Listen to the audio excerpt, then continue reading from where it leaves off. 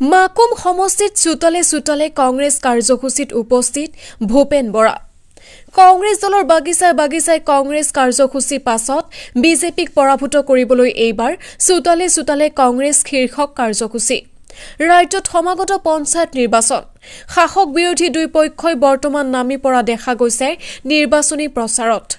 বিগত লোকসভা আৰু উপ নিৰ্বাচনত বিজেপিৰ হাতত কংগ্ৰেছ দলে পৰাস্ত হোৱাৰ পাছত কংগ্ৰেছ দলে নতুন নতুন ৰণনীতি প্ৰস্তুত কৰাৰ পৰিলক্ষিত হৈছে।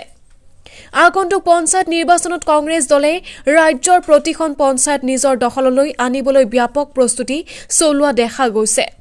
তাৰ সমান্তৰালভাৱে সমষ্টি নিৰ্ধাৰণৰ পাছত নৱগঠিত ৮৫ নং মাকুম বিধানসভা সমষ্টিৰ অন্তৰ্গত লাংকাচি গাঁও পঞ্চায়তৰ শিমলুগুৰি চুকৰ নিবাসী দীপেন চুতীয়াৰ বাসগৃহত অনুষ্ঠিত কৰা এখনি সভাত অংশগ্ৰহণ কৰে অসম প্ৰদেশ কংগ্ৰেছ কমিটিৰ সভাপতি ভূপেন বৰাই।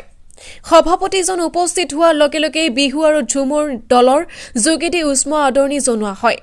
এই সভাখনত উপস্থিত থকা ৰাইজে বৰ্তমান সময়ৰ কেইবাটাও সমস্যা যেনে ৰাজ্যত মহিলা অসুৰক্ষিত মূল্য বৃদ্ধি, মাকুম সমষ্টিৰ লাইনা গাঁৱৰ সোণোৱাল কছাৰী লোকসকলে আজিকোপতি মাটি পট্টা লাভ নকৰা, চাহ শ্ৰমিকসকলৰ মজুৰি বৃদ্ধি, ৬ জনজাতিকৰণ আদি বিষয়সমূহক লৈ প্ৰশ্ন কৰাত সভাপতিজনে ৰাইজৰ উত্তৰ হিচাপে শাসনাধীষ্ঠ বিজেপি চৰকাৰৰ বিৰুদ্ধে ক্ষোভ উজাৰি ভাষণ প্ৰদান কৰে। ভাৰতীয় জনতা পাৰ্টি চৰকাৰখনে কৰা কামৰ খতিয়ানো দাঙি ভাৰতীয় জনতা পাৰ্টি চৰকাৰখনে কৰা কামৰ খতিয়ানো দাঙি ধৰে সভাপতিজনে। ইয়াৰ উপৰি ৰাইজৰ ধনেৰে মামা মামীয়ে বাগিচাসমূহ ক্ৰয় কৰা বিষয়টো উত্থাপন কৰে। আজি অনুষ্ঠিত হোৱা সভাত ভূপেন বৰাৰ সৈতে সংগ দিয়ে তিনিচুকীয়া জিলা কংগ্ৰেছ কমিটিৰ সভাপতি জয়ন্ত কলিতা প্ৰমুখ্যে অন্যান্য দলীয় কৰ্মীসকলে।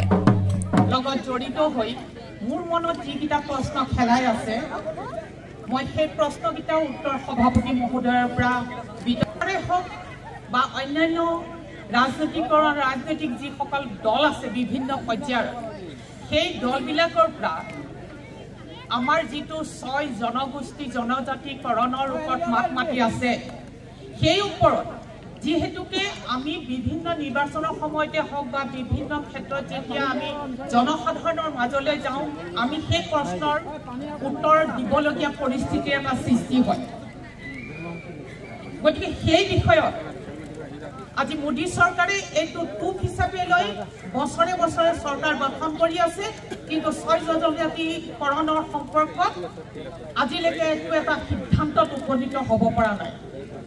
গতিকে ২৬ চনৰ নিৰ্বাচনক লক্ষ্য কৰি যদি আমি সেই ২৬ত আমি আমাৰ চৰকাৰ গঠন কৰিব পাৰোঁ, তেতিয়াই এই ৬ জনগোষ্ঠী জনজাতিকৰণ সম্পৰ্কত কংগ্ৰেছ দলৰ মত কি, নীতি কি, এই বিষয়ত মই সভাপতি মহোদয়ৰ পৰা জানিব বিচাৰিছোঁ।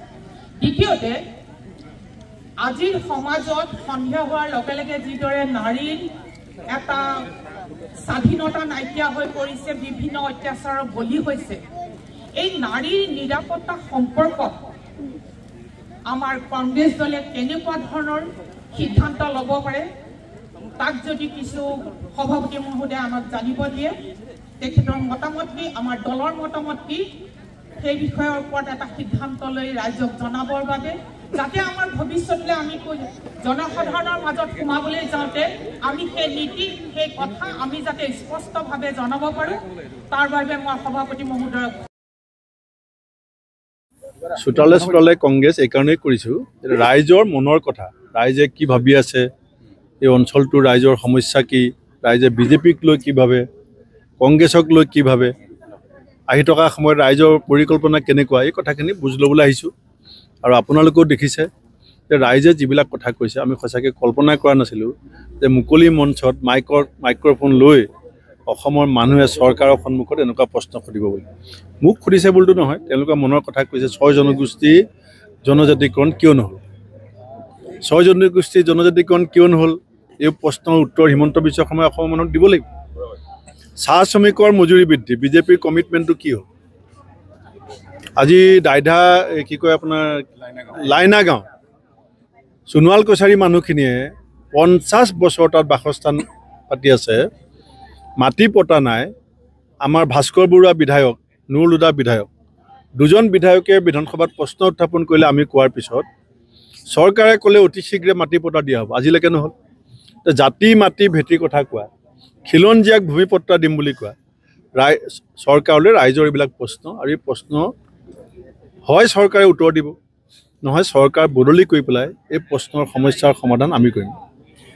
আমি অসমত যিমান বিজেপি বিৰোধী ৰাজনৈতিক দল আছোঁ, যিমান বিজেপি বিৰোধী সংগঠন আছে, ব্যক্তি আছে, সাম্প্ৰদায়িক বিভাজনকামী ৰাজনীতিক অসমৰ মাটিৰ পৰা বিদায় দিবৰ কাৰণে আমি সকলো আন্তৰিকতাৰে একত্ৰিত হ'ব বিচাৰিছোঁ। এৰা ধৰা মনোভাৱ আমাৰ থাকিব লাগিব, আমিও এৰিব লাগিব, বেলেগো অলপ এৰিব লাগিব, আৰু এইটো একত্ৰিত হ'ম। আমি একত্ৰিত হ'ব। দিল্লীৰ যিটো ৰাজনৈতিক প্ৰেক্ষাপট বাৰ্তা মই ভাবোঁ যে অসমৰ কাৰণেও আহিছে। আপুনি যদি ভোটৰ গোটেই পাৰ্চেণ্টেজটো চাই দেখিব যে 14খন আসনত আম আদমি পাৰ্টি হাৰিছে কংগ্ৰেছ প্ৰাৰ্থী থকাৰ কাৰণে। আনকি মুখ্যমন্ত্ৰী, উপমুখ্যমন্ত্ৰী এওঁলোক যে হাৰিছে, তাত কংগ্ৰেছে যিমান ভোট পাইছে তাৰ 10 ভাগৰ 1 ভাগ ভোট যদি আপে পালেহেঁতেন আজি আম আদমি পাৰ্টি চৰকাৰ। অহংকাৰ, আকুৰ্গু স্থিতি, কেজৰিৱাল ডাঙৰীয়াৰ যিটো আকুৰ্গু স্থিতি আছিলে যে মই অকলে চব কৰিম, মোক কাকো লগত নালাগে, আৰু যিটো অহংকাৰ আছিলে সেই অহংকাৰটো অধপতন হৈছে। আজি কংগ্ৰেছ দলক ক'ৰবাত শক্তিশালী হ'ব পাৰে, ক'ৰবাত দুৰ্বল হ'ব পাৰে, কিন্তু কংগ্ৰেছ দলৰ এটা ভেটি গোটেই দেশ জুৰি আছে। বিজেপিক যদি প্ৰতিহত কৰিবলৈ হয় ক'ৰবাত কংগ্ৰেছে সন্মুখত থাকিব, ক'ৰবাত ছেকেণ্ডত থাকিব, কিন্তু কংগ্ৰেছক বাদ দি এইটো সম্ভৱ নহ'ব। গোৱাৰ যিজন আম আদমি পাৰ্টিৰ সভাপতি তেখেতে কৈছে এতিয়া কেজৰিৱাল ডাঙৰীয়াক যে ভাৰতবৰ্ষত যিকোনো জেগাত যদি বিজেপিক প্ৰতিহত কৰিবলৈ হয় কংগ্ৰেছক হয় সন্মুখত, আমি কোৱা নাই যে চবতে কংগ্ৰেছ সন্মুখত থাকিব, ক'ৰবাত কংগ্ৰেছ কাষত থাকিব, ক'ৰবাত পিছত থাকিব, কিন্তু কংগ্ৰেছ থাকিব লাগিব।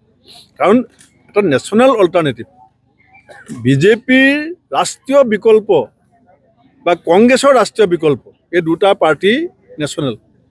গতিকে বাকী দলবিলাকৰ ষ্টেট ৰাজ্যভিত্তিক এটা শক্তি আছে, সেই ৰাজ্যবিলাকত তেওঁলোকক অগ্ৰাধিকাৰ থাকিব। সেইকাৰণে অসমত আমি তাৰ পৰা এটা শিক্ষা লৈছোঁ যে বিজেপি বিৰোধী ভোট বিভাজন যদি আমি কৰোঁ তেতিয়া সুযোগটো বিজেপিয়ে পায়। গতিকে অসমীয়া জাতীয় স্বাৰ্থত, অসমৰ ভৱিষ্যত প্ৰজন্মৰ স্বাৰ্থত, আমাৰ মানুহখিনিৰ স্বাৰ্থত বিভাজনকামী সাম্প্ৰদায়িক ফেচিষ্ট এই দলটোক আমি বিদায় দিবলৈ হ'লে আমি ত্যাগৰ মনোভাৱ লৈ পেলাই আমাৰ মাজত বুজাবুজিটো আমি কৰিবই লাগিব। তিনিচুকীয়াৰ পৰা মৃণাল চক্ৰৱৰ্তীৰ ৰিপৰ্ট, ডেইলি 24।